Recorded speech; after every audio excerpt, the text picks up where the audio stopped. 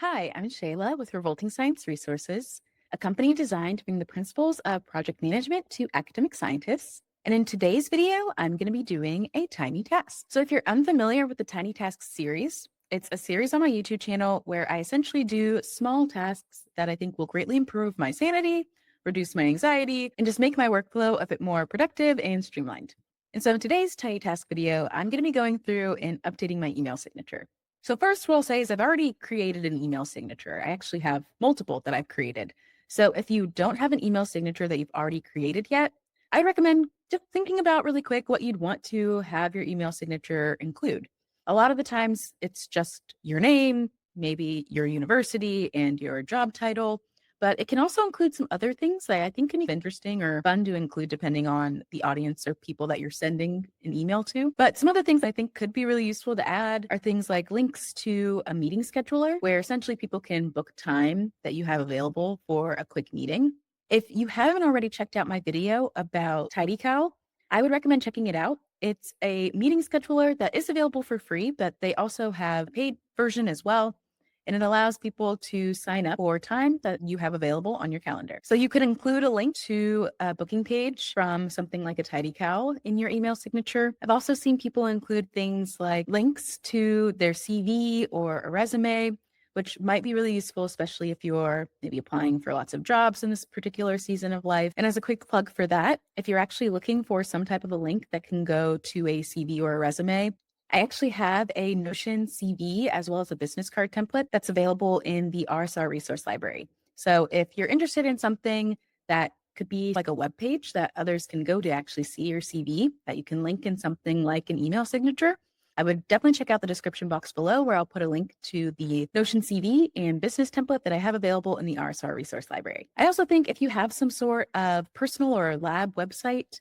that could also be another great thing to include in an email signature. I think the idea behind personal branding is really big right now. So that could be something to include, or even just a link to something like a LinkedIn. Again, depending on your preferences as well as the audience for a lot of these emails that you might be sending. So now that maybe if you don't already have an email signature, you've thought through what you might want to include, let's actually just tackle this tiny task together. I'll be using Gmail to set up and configure some of the email signatures that I have, but fire up whatever email service you're using and let's get to setting up our email signatures and configuring the settings for those together. All right, so I've logged into my Gmail, and like I mentioned, I've already actually set up some different email signatures, but I want to change which end up being the default that are sent whenever I send out a new email. So to add or update any email signatures that you have within Google, you can just click this settings icon, select see all settings, and then scroll to the signature section. So as you can see here, I actually have 3 different signatures that I've created for emails. There's this full signature that includes my name, as well as some of the credentials I have, the job title that I have, as well as a link to my website. I also have one that includes a lot of that same information, but also a picture. And then I also have one that's just my name. If you haven't created an email signature yet, or you want to create some other ones, you can just click this create new button, name your signature, and then you'll be able to actually configure what that looks like. But the thing I'm hoping to update today is the signature defaults. This is the email address that I've been using, but I actually want to change it to this email address. Right now, for new emails, it's the full signature with the picture that's included. But honestly, I've just been really liking the full signature without the picture.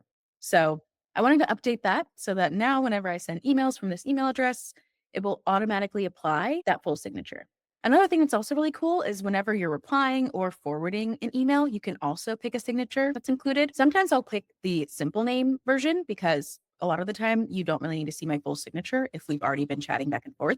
A lot of the time I have it include my first and last name, but actually from this particular email address, just because a lot of the time it's for business purposes and I don't want people to get confused about who exactly it is that they're communicating with, I actually want to change this one to the full signature as well.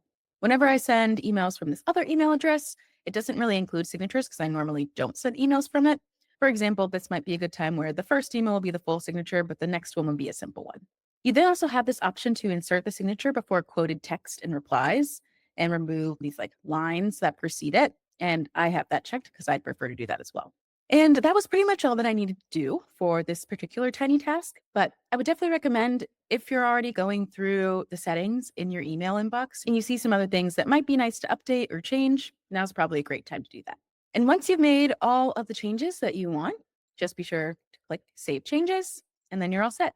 That's it for this video, walking you through that tiny task that, again, took me very little time to complete, but has been on my mind for some time now. I hope you were also able to update your email signature or change some of the settings on your email as well.